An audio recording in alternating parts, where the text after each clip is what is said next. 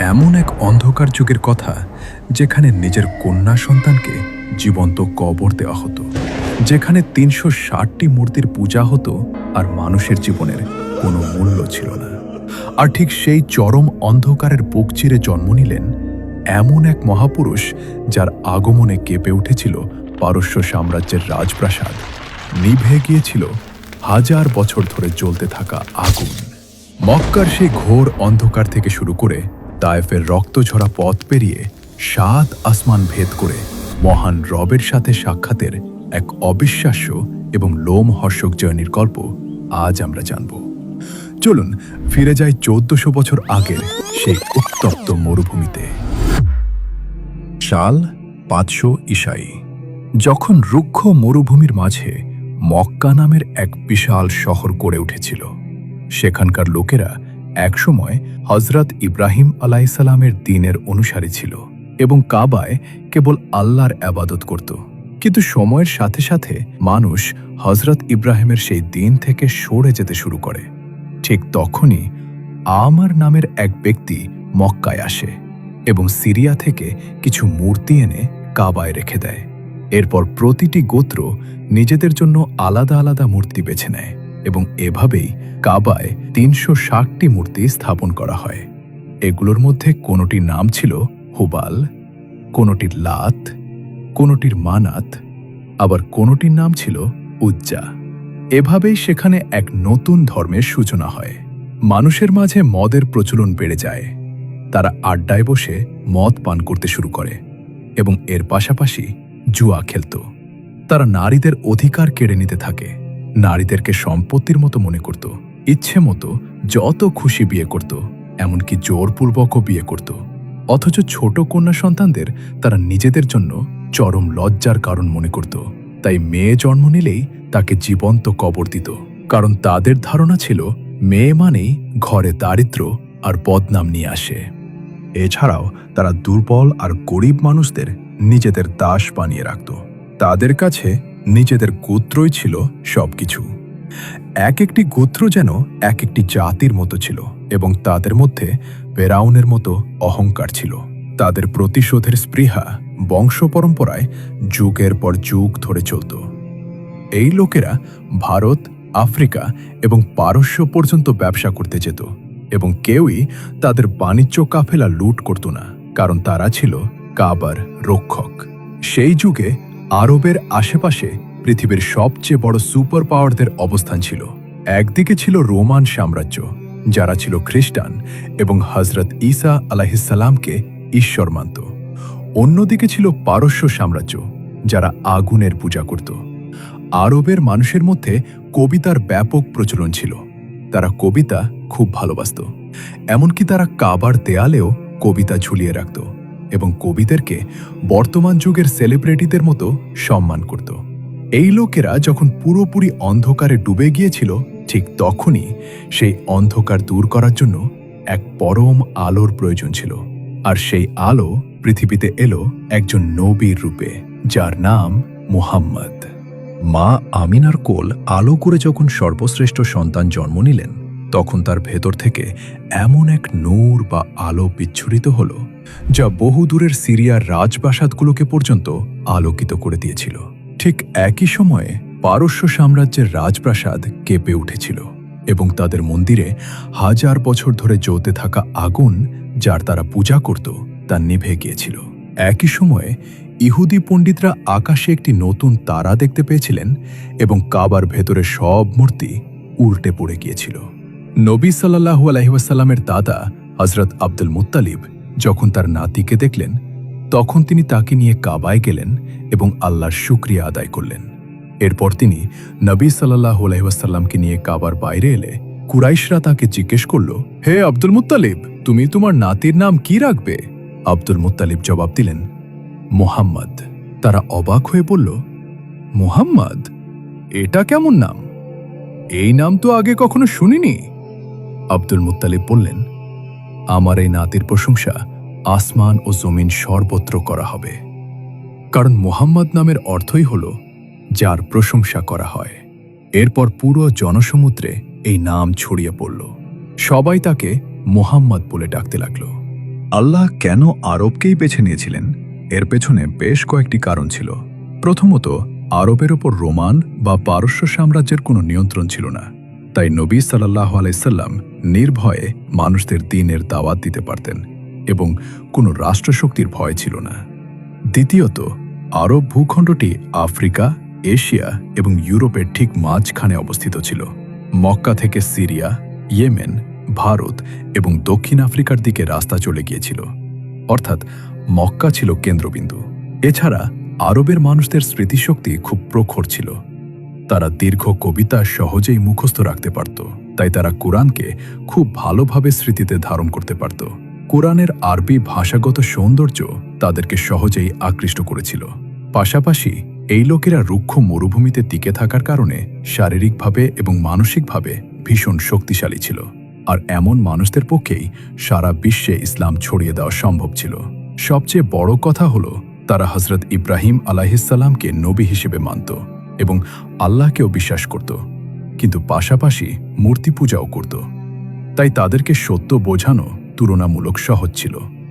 এসব কারণেই আল্লাহ আমাদের প্রিয় নবী সাল্লাল্লাহু আলাইহি ওয়াসাল্লামকে আরবে পাঠিয়েছিলেন। নবীজির জন্মের 7 দিন পর আব্দুল মুত্তালিব তার আকিকা করেন এবং কুরাইশদের দাওয়াত খাওয়ান। নবী সাল্লাল্লাহু আলাইহি সাল্লামের পিতা আব্দুল্লাহ তার জন্মের আগেই ইন্তেকাল করেছিলেন, তাই দাদা আব্দুল মুত্তালিবই ছিলেন তার পিতার জায়গায়। সেই যুগে মক্কার লোকেরা তাদের শিশুদের লালন পালনের জন্য বেদুইন গোত্রের নারীদের কাছে দিয়ে দিত, যাতে শিশুরা বিশুদ্ধ আরবি ভাষা শিখতে পারে এবং মরুভূমির কঠোর পরিবেশে বেড়ে ওঠার অভ্যাস করতে পারে। এ কারণে বেদুইন নারীরা মক্কায় আসত এবং শিশুদের নিজেদের সাথে নিয়ে গিয়ে লালন পালন করত। একদিন মক্কায় বেদুইন নারীরা এসে শিশুদের খুঁজতে লাগলো। তখন কেউ একজন তাদের জানালো যে মক্কায় একটি শিশু জন্ম নিয়েছে যে কিনা ইয়াতিম। ইয়াতিম শুনে কোনো নারী তাকে নিতে রাজি হলো না, কারণ তারা জানত যে বাবাহীন শিশুর জন্য তারা তেমন কোনো পারিশ্রমিক পাবে না। তারা ভাবত ইয়াতিম শিশুকে নিয়ে গেলে খুব সামান্যই পাওয়া যাবে। এই নারীদের মাঝেই ছিলেন হালিমা। তিনি খুব গরিব ছিলেন, তার উটটিও দুর্বলতায় শুকিয়ে গিয়েছিল। তিনি তার স্বামীকে বললেন, আমাদের এই ইয়াতিম শিশুটিকেই সাথে নেওয়া উচিত, খালি হাতে ফিরে যাওয়ার চেয়ে তো এটাই ভালো। এরপর তিনি মা আমিনার কাছে গেলেন এবং নবী সাল্লাল্লাহু আলাইহি ওয়াসাল্লামকে নিজের সাথে নিয়ে এলেন। যখনই তিনি শিশু নবীকে নিয়ে ফিরতি পথ ধরলেন, হঠাৎ করে তার দুর্বল গাধাটি এত দ্রুত চলতে শুরু করল যেন তাতে নতুন করে প্রাণ ফিরে এসেছে।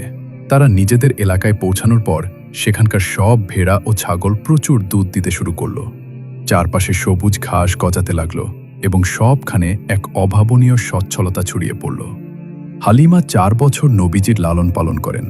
তিনি তাকে খুব ভালোবাসতেন। সেখানে নবীজি অন্য শিশুদের সাথে খেলাধুলা করতেন। একদিন নবী সাল্লাল্লাহু আলাইহি ওয়াসাল্লাম যখন অন্য শিশুদের সাথে খেলছিলেন, তখন 2 জন ফেরেশতা তার কাছে এলেন। তারা তার বক্ষ মোবারক বিদীর্ণ করলেন এবং তার হৃদয় বের করে জমজমের পানি দিয়ে ধুয়ে আবার যথাস্থানে রেখে দিলেন।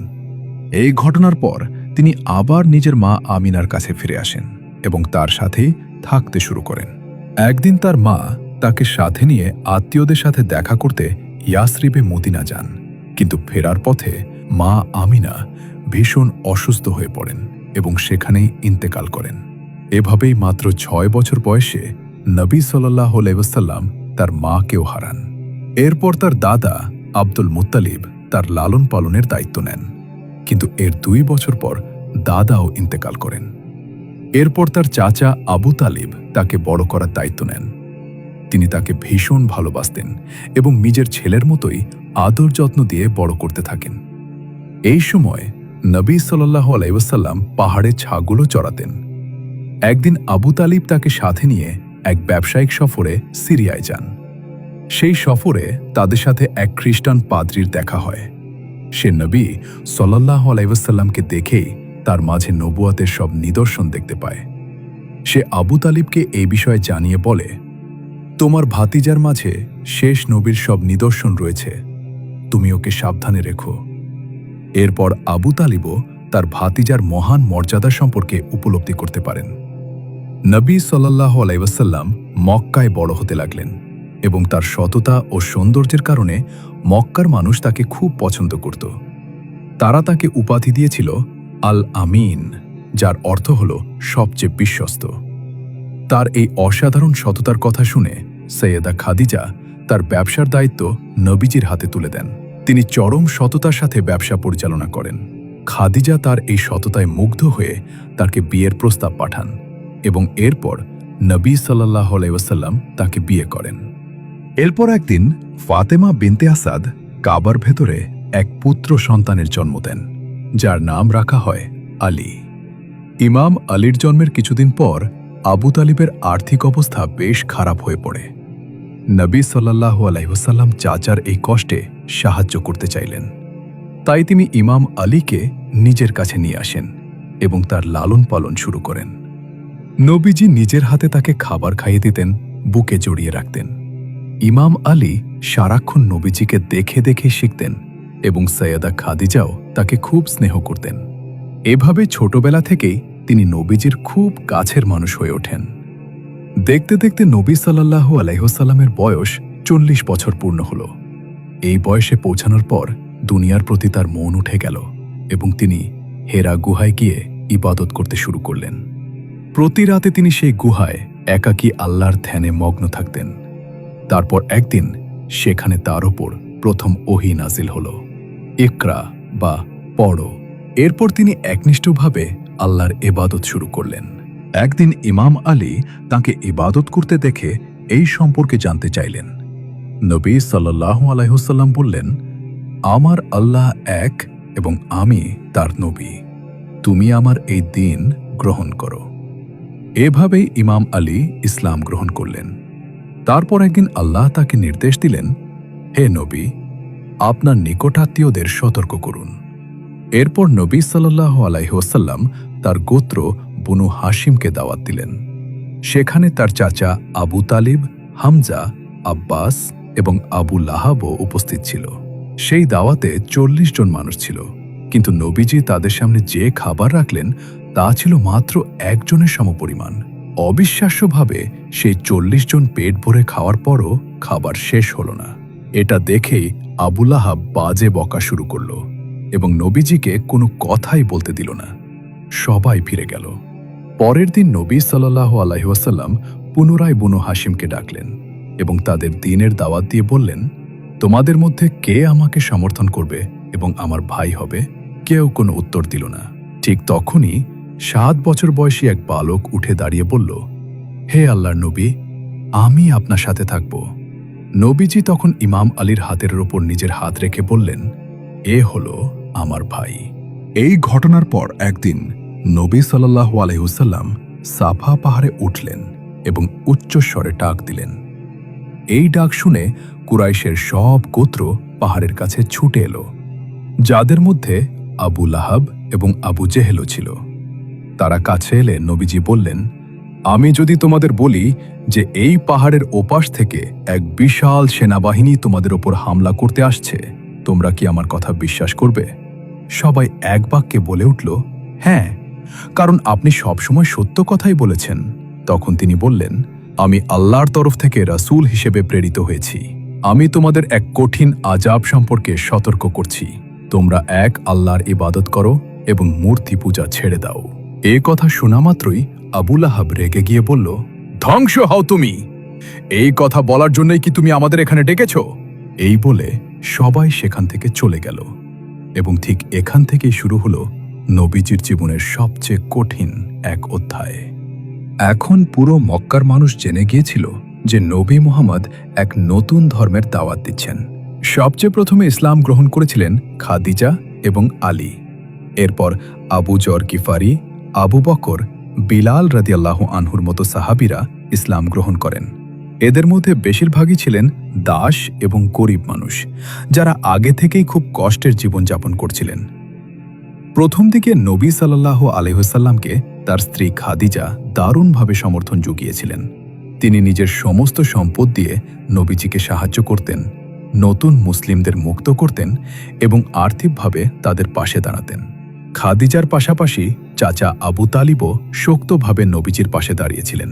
তিনি কুরাইশদের হাত থেকে তাকে রক্ষা করতেন। আবু তালিবের কারণে কুরাইশরা নবীজির গায়ে হাত তোলার সাহস পেত না।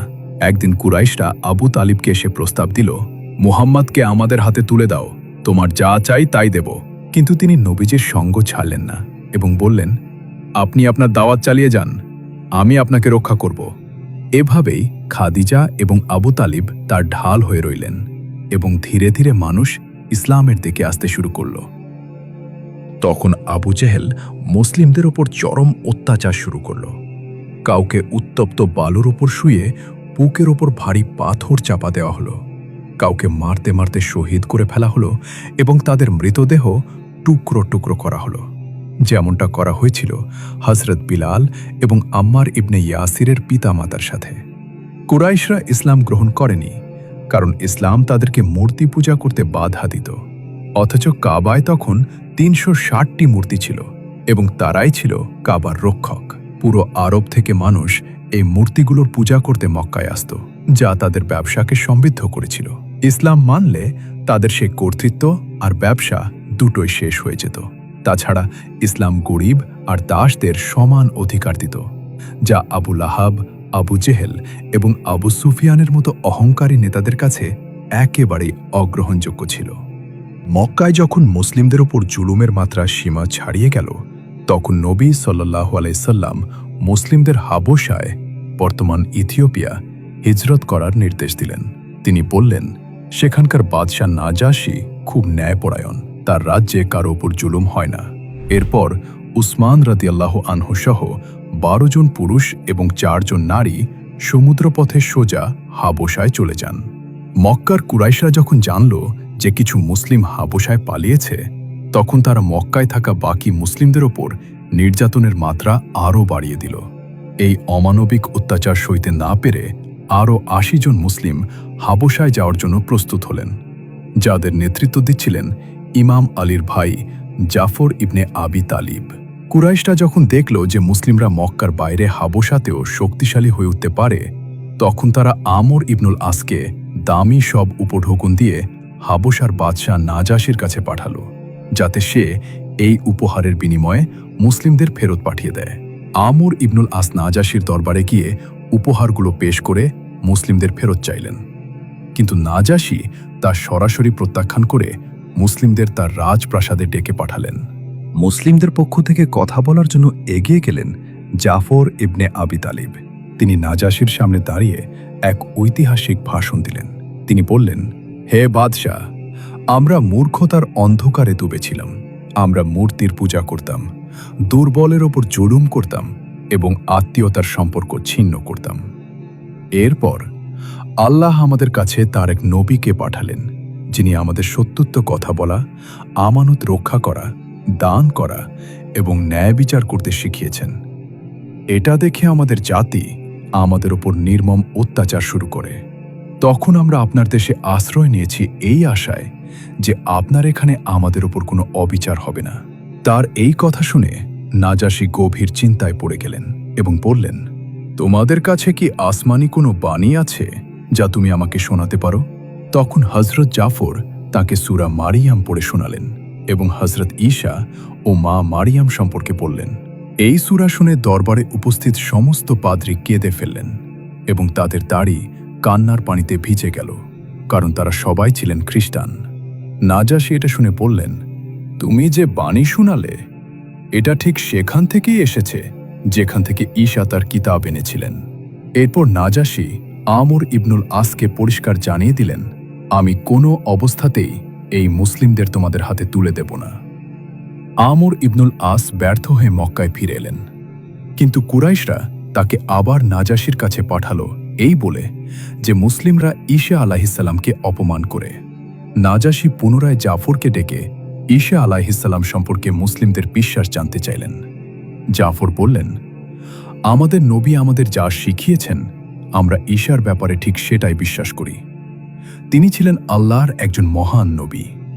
এই কথা শুনে নাজাশী মাটি থেকে একটি খড়কুটো তুলে নিয়ে বললেন, তোমাদের আর আমাদের বিশ্বাসের মধ্যে এই খড়কুটোর সমান পার্থক্যও নেই। এরপর তিনি আমর ইবনুল আসকে তার সমস্ত উপহার ফেরত দিয়ে দরবার থেকে বের করে দিলেন এবং মুসলিমরা শান্তিতে হাবশায় বসবাস করতে লাগল। কিন্তু তখনও কিছু মুসলিম নবীজির সাথে মক্কায় অবস্থান করছিলেন। কুরাইশরা দেখল যে দিন দিন মানুষ ইসলামের দিকে ঝুঁকছে। এতে তাদের রাগ আরও বেড়ে গেল। কিন্তু আবু তালিব বেঁচে থাকতে তারা নবীজির কোনো বড় ক্ষতি করতে পারছিল না। তাই তারা সবাই মিলে এক ভয়ঙ্কর পরিকল্পনা করল। তারা বনু হাশিম গোত্রকে সম্পূর্ণ এক ঘরে করার সিদ্ধান্ত নিল। তারা একটি চুক্তিপত্র লিখল যাতে 4টি শর্ত ছিল। 1. আজ থেকে কেউ বনু হাশিমের কারো সাথে বিয়ে করবে না। 2. কেউ তাদের কাছে কোনো কিছু বেচা কেনা করবে না। 3. কেউ তাদের সাথে কোনো কথা বলবে না। 4. যতক্ষণ না তারা মোহাম্মদকে আমাদের হাতে তুলে দিচ্ছে এই বয়কট চলবে। এরপর তারা এই চুক্তিপত্রটি কাবার দেয়ালে ঝুলিয়ে দিল।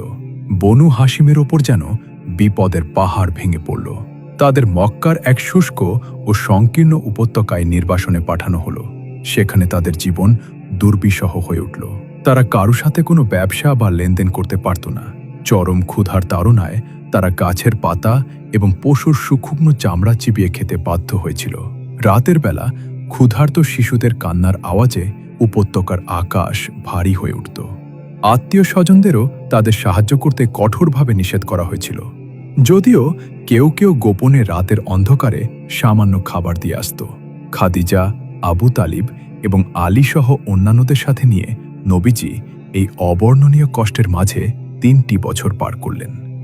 এত কিছুর পরও আবু তালিব নবীজির সঙ্গ ছাড়েননি। রাতের বেলা নিরাপত্তার জন্য তিনি নবীজির ঘুমানো জায়গায় অন্য কাউকে শুয়ে রাখতেন এবং নিজে পাহারা দিতেন, যাতে কেউ নবীজির ওপর হামলা করতে না পারে। 3 বছর পর একদিন নবী সাল্লাল্লাহু আলাইহি ওয়াসাল্লাম আবু তালিবকে জানালেন যে আল্লাহর আদেশে উইপোকা কাবার সে চুক্তিপত্রটি খেয়ে ফেলেছে, শুধু আল্লাহর নামটুকু বাকি আছে। আবু তালিব সাথে সাথে কুরাইশদের কাছে গিয়ে বললেন, তোমরা যে কাগজটি কাবায় ঝুলিয়ে রেখেছ তা উইপোকায় খেয়ে ফেলেছে। কুরাইশরা কাবায় গিয়ে দেখল সত্যি পুরো চুক্তিপত্রের লেখাগুলো উইপোকায় খেয়ে ফেলেছে। শুধু সেখানে লেখা রয়েছে বিসমিকাল্লাহুম্মা, হে আল্লাহ, আপনার নামে। এই দৃশ্য দেখে সবাই হতবাক হয়ে গেল। এরপর কুরাইশদের মধ্য থেকেই কয়েকজন এগিয়ে এসে এই অমানবিক বয়কট প্রত্যাহারের দাবি জানালো এবং শেষ পর্যন্ত সেই বয়কট বাতিল হলো। কিন্তু এই বয়কট শেষ হওয়ার পরপরই নবীজির জীবনের সবচেয়ে বড় শোকের ছায়া নেমে এলো।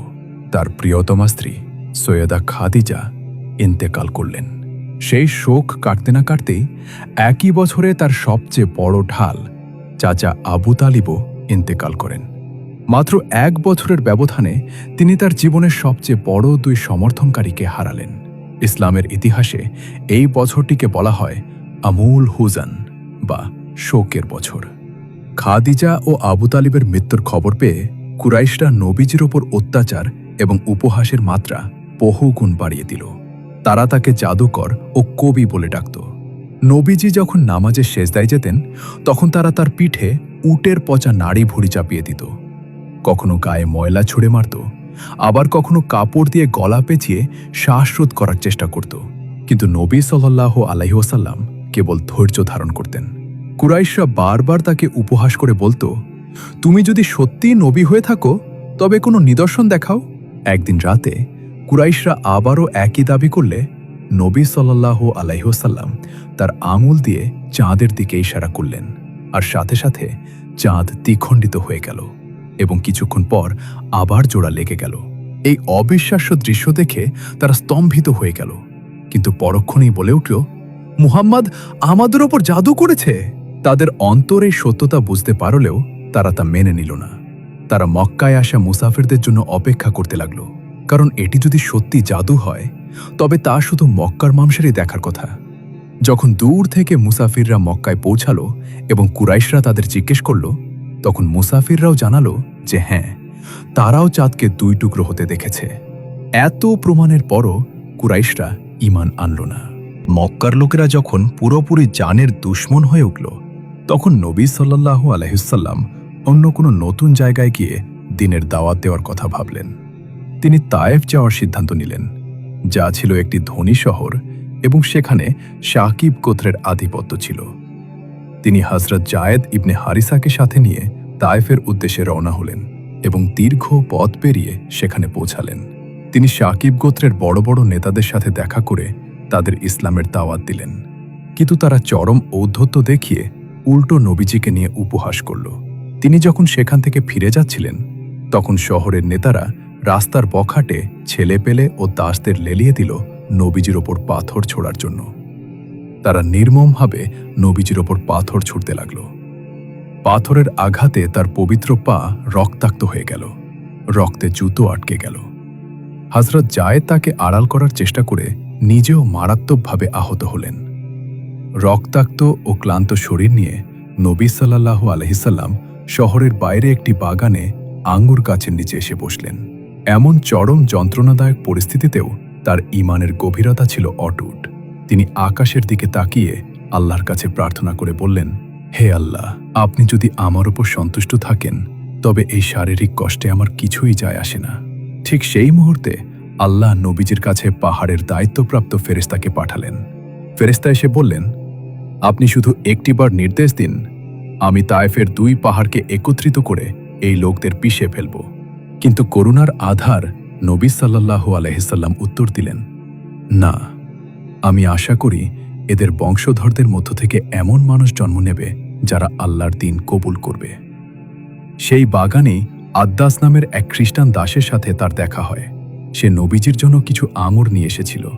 নবীজি যখন খাওয়ার আগে বিসমিল্লাহ বললেন এবং হযরত ইউনুস আলাইহিসসালামের কথা উল্লেখ করলেন, তখন আদ্দাস বুঝতে পারল যে তিনি সাধারণ কেউ নন, তিনি একজন সত্য নবী।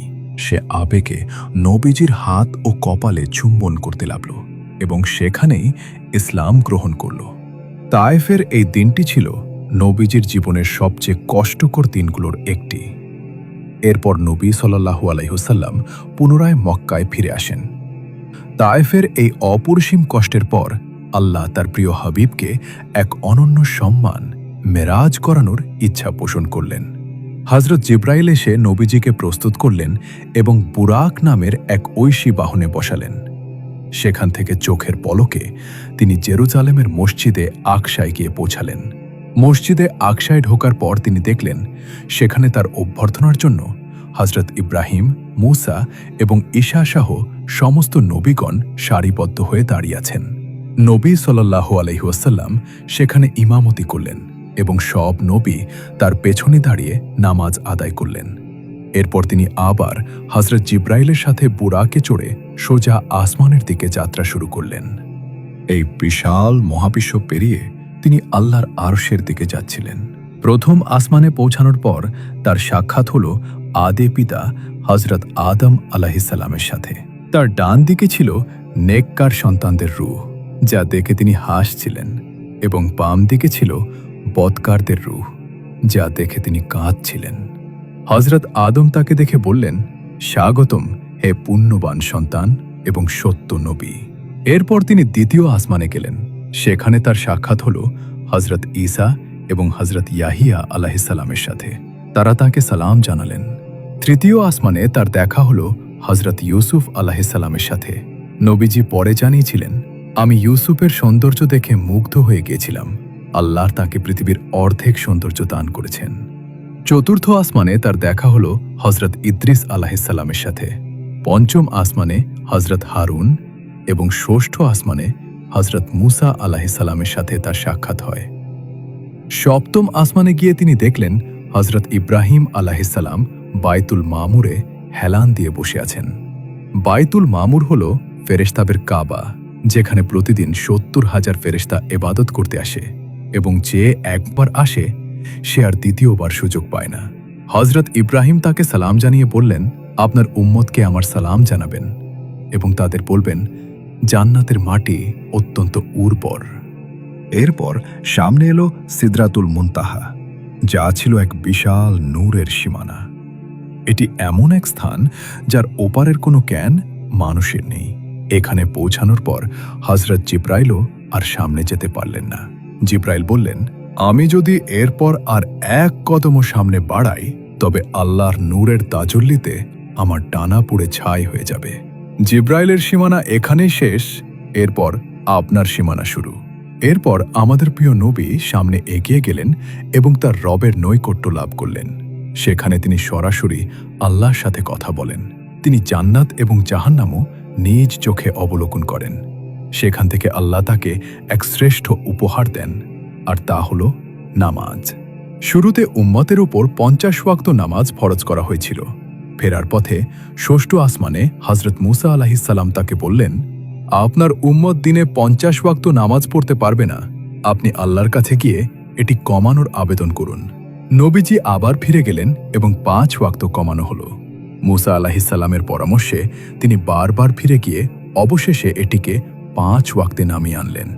এরপর নবী সাল্লাল্লাহু আলাইহি ওয়াসাল্লাম মক্কায় ফিরে এলেন এবং সকালে মক্কার মানুষদের জানালেন যে তিনি গত রাতে আসমান ও জমিন ভ্রমণ করে এসেছেন। এ কথা শোনা মাত্রই কুরাইশরা অট্টহাসিতে ফেটে পড়ল এবং বলতে লাগল, এটা তো একেবারেই অসম্ভব।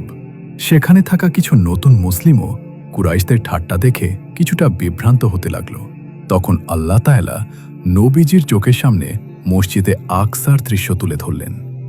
নবীজি কুরাইশদের বললেন, মসজিদে আকসা সম্পর্কে তোমরা যা জানতে চাও জিজ্ঞেস করো।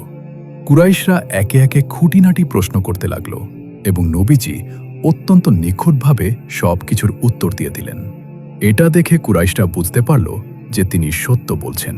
এরপর তারা হযরত আবু বকরের কাছে গিয়ে বলল, তোমার নবী দাবি করছে যে সে নাকি এক রাতে আসমান ও জমিন ভ্রমণ করে এসেছে, এমনটা কি আদৌ সম্ভব? হযরত আবু বকর এক মুহূর্ত দেরি না করে বললেন, তিনি যদি সত্যি এমন কথা বলে থাকেন তবে তা ধ্রুব সত্য। এরপর থেকে নবী সাল্লাল্লাহু আলাইহি ওয়াসাল্লাম তার প্রচারণার কৌশলে কিছুটা পরিবর্তন আনলেন। মক্কার কুরাইশদের দাওয়াত দেওয়ার পাশাপাশি তিনি এখন হজের মৌসুমে মক্কায় আসা বাইরের অন্যান্য গোত্রের মানুষদের দিকে মনোযোগ দিলেন। মক্কার বাইরে গিয়ে তিনি তাদের ইসলামের দাওয়াত দিতে শুরু করলেন এবং এতে বাইরের অনেকেই ইসলাম গ্রহণ করতে লাগল। এই দৃশ্য দেখে কুরাইশরা ক্ষোভে ফেটে পড়ল এবং নবী সাল্লাল্লাহু আলাইহি ওয়াসাল্লামকে চিরতরে শেষ করে দেওয়ার এক ভয়ঙ্কর ষড়যন্ত্রে মেতে উঠল। প্রিয় দর্শক, নবীজিকে হত্যার ষড়যন্ত্র নিয়ে আমাদের একটি বিস্তারিত ভিডিও ইতোমধ্যেই ইউটিউব চ্যানেলে আপলোড করা রয়েছে। এই মুহূর্তে আপনি স্ক্রিনে সেই ভিডিওটি দেখতে পাচ্ছেন। আগ্রহী হলে অবশ্যই দেখে নিতে পারেন। ইনশাআল্লাহ আবার দেখা হবে অন্য কোনো ভিডিওতে। আসসালামু আলাইকুম।